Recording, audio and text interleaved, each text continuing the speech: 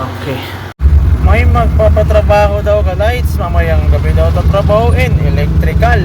Kaya abangan nyo, pa-vlog natin yun. Right! Meron tayong tatrabahoin dito. Papalitan yung mga wire dahil flat cord. Tingnan nyo ha. Tingnan nyo.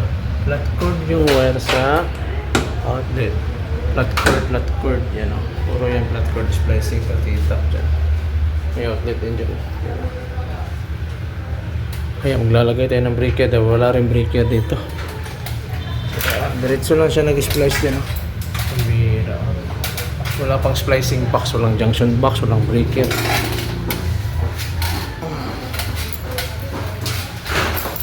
Kaya naglagay na tayo ng submeter. Alright. Saan ka makakita ng nagwa-wiring dito ng walang breaker? Dito lang walang breaker kaya bumili tayo ng breaker pati submeter. At ang mga wiring dito flat cord lang.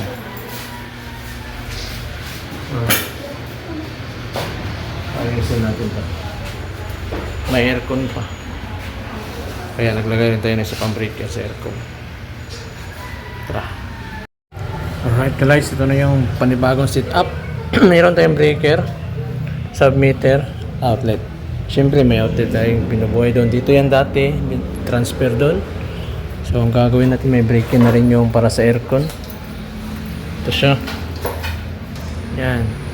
So kailangan itong breaker na to at breaker na yon mailagay sa submeter. Dito siya sa load side. No? So ito, kailangan natin makuha. Ito yon. Kailangan makuha natin to. Ito yung wire ng breaker na doon. So kukunin na lang natin ito at ito. Ilalagay natin sa load side.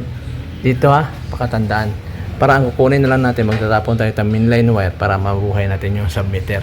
Kasi yung submeter, bubuhayin niya yung dalawang breaker. Itong breaker na to at yung breaker na nandun. Para mabuhay din ng breaker, ang outlet na to at itong isang abang na to ay para sa outlet na yan. Na trapper ko pa yan doon.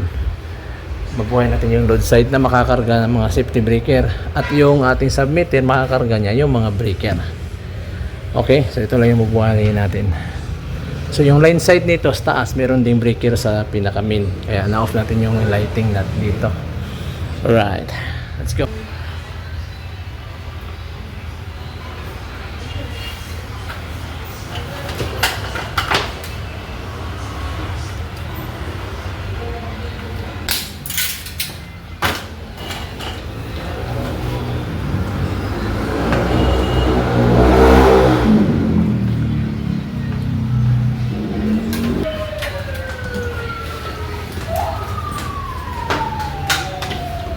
Ang kulang na lang dito ay mainline wire ng submeter.